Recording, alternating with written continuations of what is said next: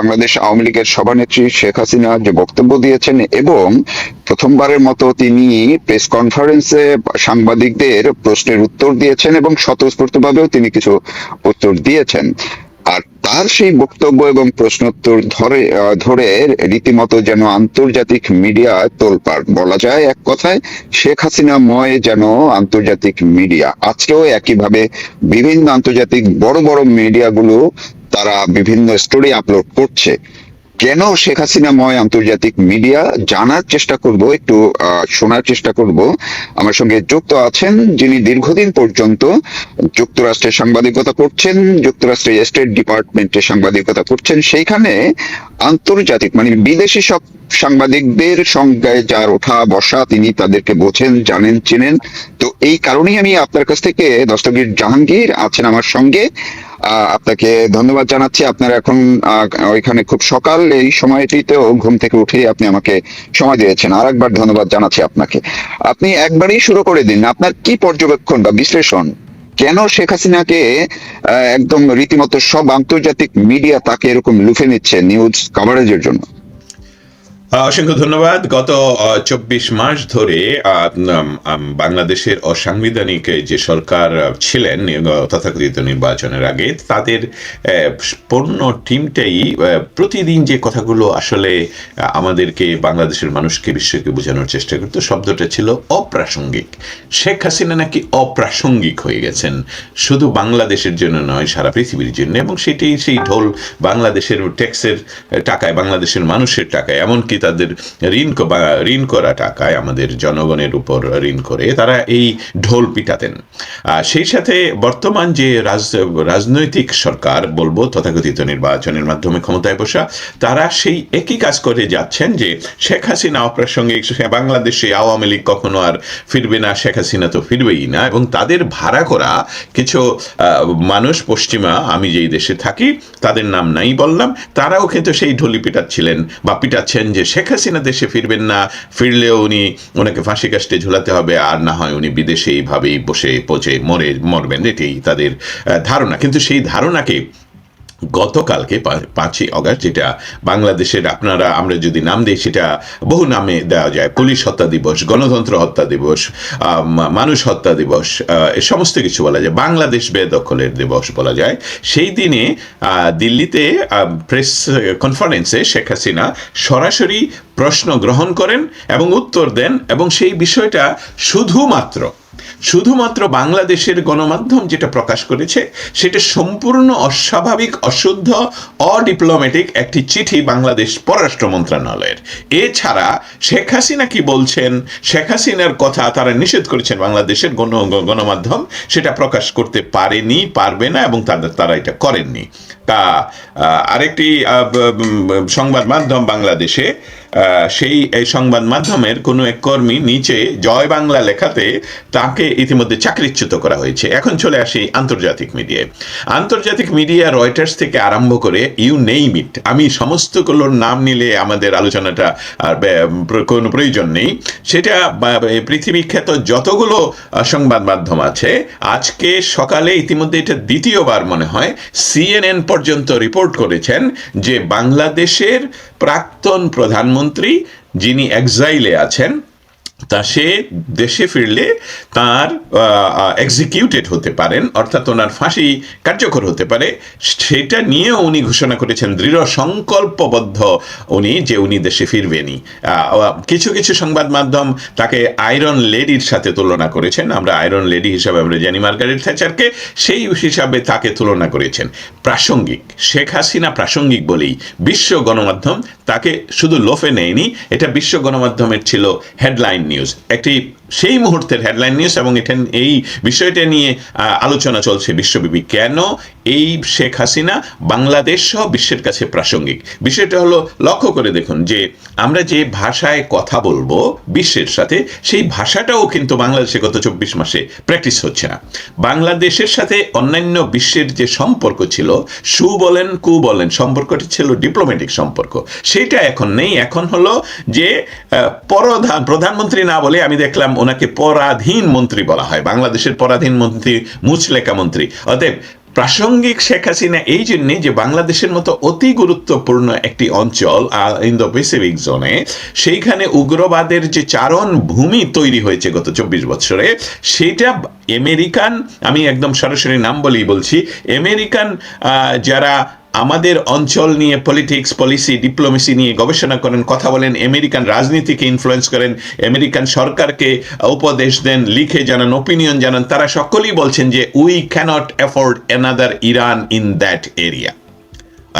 এইটা হলো মৌলিক বার্তা, যে শেখ হাসিনা এতই প্রাসঙ্গিক যে বিশ্বের সকল বার্তায়, সকল গণমাধ্যমে উনি ছিলেন, এখনো আছেন, এই মুহূর্তে পর্যন্ত আছেন। আমার কাছে যে পরিসংখ্যান গত এখন থেকে প্রায় 12 ঘন্টা বা একটু বেশি সময় ছিল বিশ্বের 20 কোটি মানে 200 মিলিয়ন মানুষ তখনও পর্যন্ত ওনার এই সংবাদের জন্য ক্লিক করেছেন, দেখেছেন, খুঁজেছেন।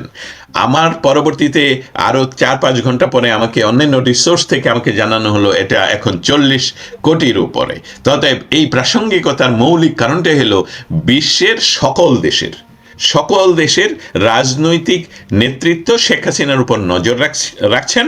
এবং আমরা জানি কয়েকদিন আগেই সার্জিও গোর ঢাকা ঘুরে এসেছেন, এবং ঢাকাতে উনি কর্মব্যস্ত ছিলেন, অনেকগুলো কাজ উনি ধাপে ধাপে কথা বলেছেন। উনি সর্বশেষ প্রধানমন্ত্রীর সাথে দেখা করেছেন। তার আগে আমরা গুঞ্জন শুনছি, আমার কাছে তার কোনো প্রমাণ নেই, তার আগে তিনি কমপক্ষে একজন আওয়ামী লীগের লিডারের সাথে, যারা বাংলাদেশে এখনো থাকতে পারছেন, তার সাথে কথা হয়েছে। অন্য সূত্র মতে উনি 2 জনের সাথে কথা বলেছেন, তার সাথে নাকি একজন নারীও ছিলেন, বাট এটা অসমর্থিত।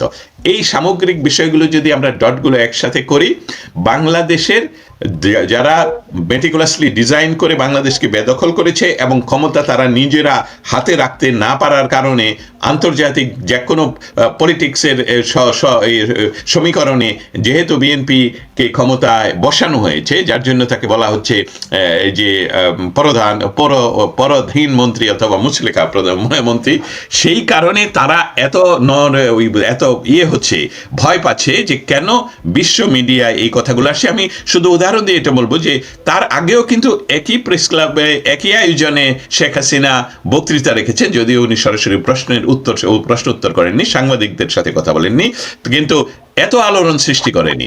অতএব শেখ হাসিনা প্রাসঙ্গিক, বিশ্বের সকল নেতৃবৃন্দ including Washington DC Sheikh Hasina কি করছেন সেটার উপর নজর রাখছেন, এবং তার ইনফ্লুয়েন্স কতটুকু তার উপরে নজর রাখছেন। এই জন্য বিশ্ব মিডিয়ার, specially Reuters, CNN, Fox, Al Jazeera, এই সংবাদ মাধ্যমগুলো যখন শেখ হাসিনার দেশে ফিরে যাওয়ার দৃঢ় সংকল্প প্রকাশ করে, তার অর্থ হলো অন্যান্য জায়গা থেকেও এটা জানতে চায় আসলে শেখ হাসিনার ইচ্ছা আছে। আমি একটু, আপনি যে এজেন্সিগুলোর নাম বললেন, Reuters, Fox, BBC, Al Jazeera, তো এই সবগুলোই তো আমরা দেখেছি যে 24-এর 5ই আগস্টের সময় কিংবা তারপরে অনেক দিন পর্যন্ত এই শেখ হাসিনাকে পলাতক লিখেছেন, শেখ হাসিনার বিরুদ্ধেই মানুষের সেন্টিমেন্ট গ্রো করার জন্য নানান একের পর এক সিরিজ স্টোরি পর্যন্ত করেছে। তো মাত্র গত 6 মাস ধরে সবকিছু একটা পরিবর্তন হচ্ছে, এবং এখন কেন সেই আন্তর্জাতিক মিডিয়াগুলোই শেখ হাসিনাকে আর পলাতক লিখছেন না, শেখ হাসিনাকে এখন অনেক বেশি মানে গুরুত্ব দিচ্ছেন, সম্মানজনক ভাবে সম্বোধন করছেন, বিভিন্ন বিশেষণ ইউজ করছেন। এইটা কেন, এই যে পরিবর্তনটা কেন হলো? এটা আপনি তো যেহেতু স্টেট ডিপার্টমেন্টে এইসব এজেন্সির প্রতিনিধিদের সঙ্গে সার্বক্ষণিক কাজ করছেন, কি মনে হয় আপনার এই পরিবর্তনটা কেন হলো তাদের? একটি সরাসরি উদাহরণ দিই, গতকালকে আমাদের স্টেট ডিপার্টমেন্টে আমাদের অঞ্চলের যত সাংবাদিক আছে, স্পেশালি পাকিস্তানি সাংবাদিক, তারা সকলে আমাকে ফোন শুরু করে, এই দস্তগীর অনেকদিন ধরে কথা হয়নি। তাই আমি বললাম হ্যাঁ, বিষয়টা কি, আমি জানতে চাচ্ছি আর কি, কেন হঠাৎ করে। আমরা যেহেতু স্টেট ডিপার্টমেন্টের প্রেস ব্রিফিং এই মুহূর্তে স্থিতিশীল মানে হচ্ছে না, সেই জন্য আমাদের প্রতিদিন দেখা হয় না, প্রতিদিন সেখানে যাওয়া হয় না। বিষয়টা ছিল, তাদের প্রত্যেকের প্রশ্ন ছিল, একটা হলো ফ্রন্টিয়ার পোস্টের সাংবাদিক, খুব সিনিয়র সাংবাদিক, আর একটা হলো পাকিস্তান টুডে এর সাংবাদিক, আমার যা ধারণা। তারা দুইজনই আমাকে প্রশ্ন করলো যে শেখ হাসিনা রিটার্ন করছে, তুমি আমাদেরকে এটা নিয়ে অনলাইনে আসো, আমাদের পত্রিকা জানতে চায় বাংলাদেশের এর অবস্থা। এটা তুলে ধরলাম এই জন্যে, আজকে হয়তো বা তাদের সাথে কোনো সময় আমি কালকে করতে পারিনি, যদি সময় হয়। বিষয়টা হলো যে অপ্রাসঙ্গিক শেখ হাসিনা কখনোই ছিলেন না। আমাদের একজন ইউনুস আছেন, যাকে আমরা বলি ডক্টর ইউনুস, যাকে আমরা জানি যে বাঙালিদের মাঝে নোবেল প্রাইজ প্রাপ্ত অনেকের মাঝে একজন। সেই নোবেল প্রাইজ পাওয়া ব্যক্তি তার নোবেল প্রাইজও কেনা, সেই ব্যক্তিটার ওয়েস্টের অনেক জায়গায় ইনফ্লুয়েন্স ছিল, যেরকম একজন ভালো ছেলে, ভালো মানুষ, ভালো ব্যক্তি। সে তার এই বিষয়টাকে ব্যবহার করেছে তার নিজের টাকা খরচ করে, এমনকি ওয়াশিংটন পোস্টে সম্পূর্ণ পেজ কিনে সেখানে সে বিভিন্ন মানুষের, তার বন্ধুদের নিয়ে, তার নেটওয়ার্ক থেকে বন্ধুদের সাইন নিয়ে সে বাংলাদেশ সরকার স্পেশালি শেখ হাসিনার বিরুদ্ধে বিষোদ্গার করেছেন বহু বৎসর ধরে, স্পেশালি নির্বাচনের আগে, গত বছর নির্বাচনের আগে উনি যে বাংলাদেশের কর দিচ্ছেন না তার জন্য যে কোর্টে নেওয়া হচ্ছে, সেটাকে তার ব্যক্তিগত আক্রোশ হিসাবে শেখ হাসিনা তাকে ব্যক্তিগতভাবে নাজেহাল করছেন, এসবগুলো সে প্রচার করেছেন। এবং এসবগুলো আসলে বিক্রি হয়েছিল ব্যক্তিগতভাবে।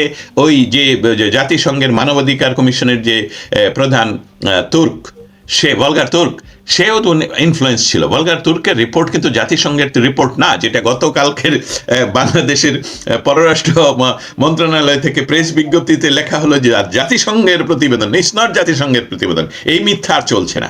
অতএব এই বিষয়গুলো যদি আমরা একত্রিত করে, আমি কিন্তু প্রশ্নটা আপনাকেও করতে পারি, যদিও অনুষ্ঠানটা আপনার, আমরা দুইজনই তো এই জগতের লোক। আমরা দেখুন, আপনি যখন বললেন যে আমার এখানে খুব সকাল, আমাদের কাজ তো হলো যখন সংবাদ তৈরি হবে তখন আমার ঘুমানোর উপায় নেই, তখন আপনার ঘুমানোর সংবাদ তো তৈরি হবে না। আমি যখন কাজ করব, আপনি কাজ করবেন তখন যখন সংবাদ তৈরি হবে।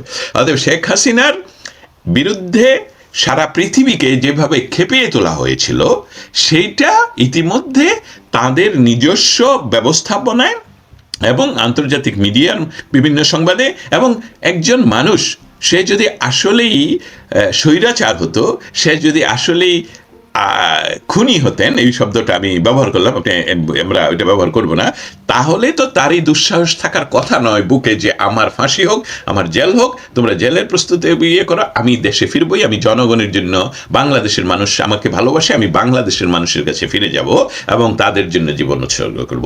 এই বিষয়টা কিন্তু একদিনে ঘটেনি। শেখ হাসিনার প্রতিটা মুহূর্তের বিষয়টা ছিল স্থিতিশীল। আপনি তসলিমা নাসরিনের স্টেটমেন্ট দেখেছেন গত গত গত 24 ঘন্টায়। অতএব পশ্চিমা বিশ্ব যারা আমাদের অঞ্চলকে, তারা পৃথিবীতে যেমন মধ্যপ্রাচ্য তাদের জন্য খুবই ইম্পর্টেন্ট, বর্তমান সময়ে আগামী 200-300 বছর ধরে আমাদের অঞ্চল হলো এই ধরনের খুবই ইম্পর্টেন্ট, মানে ইন্দো প্যাসিফিক, এবং বাংলাদেশের অবস্থান খুবই একটি গুরুত্বপূর্ণ অবস্থান।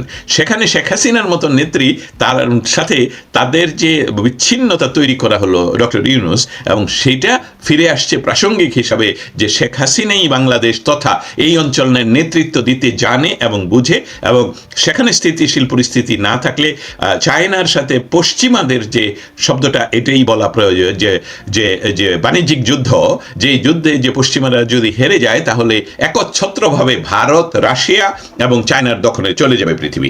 তার জন্য বাংলাদেশের এই পয়েন্ট খুবই ইম্পর্টেন্ট, এবং শেখ হাসিনা প্রাসঙ্গিক। এই জন্যই বিশ্বের সমস্ত দেশের নেতারা এবং পশ্চিমা সংবাদ মাধ্যমগুলো শেখ হাসিনাকে গুরুত্ব দিচ্ছেন। অনেক ধন্যবাদ আপনাকে, সকালবেলায় আপনি আমাকে সময় দিয়েছেন এই জন্য।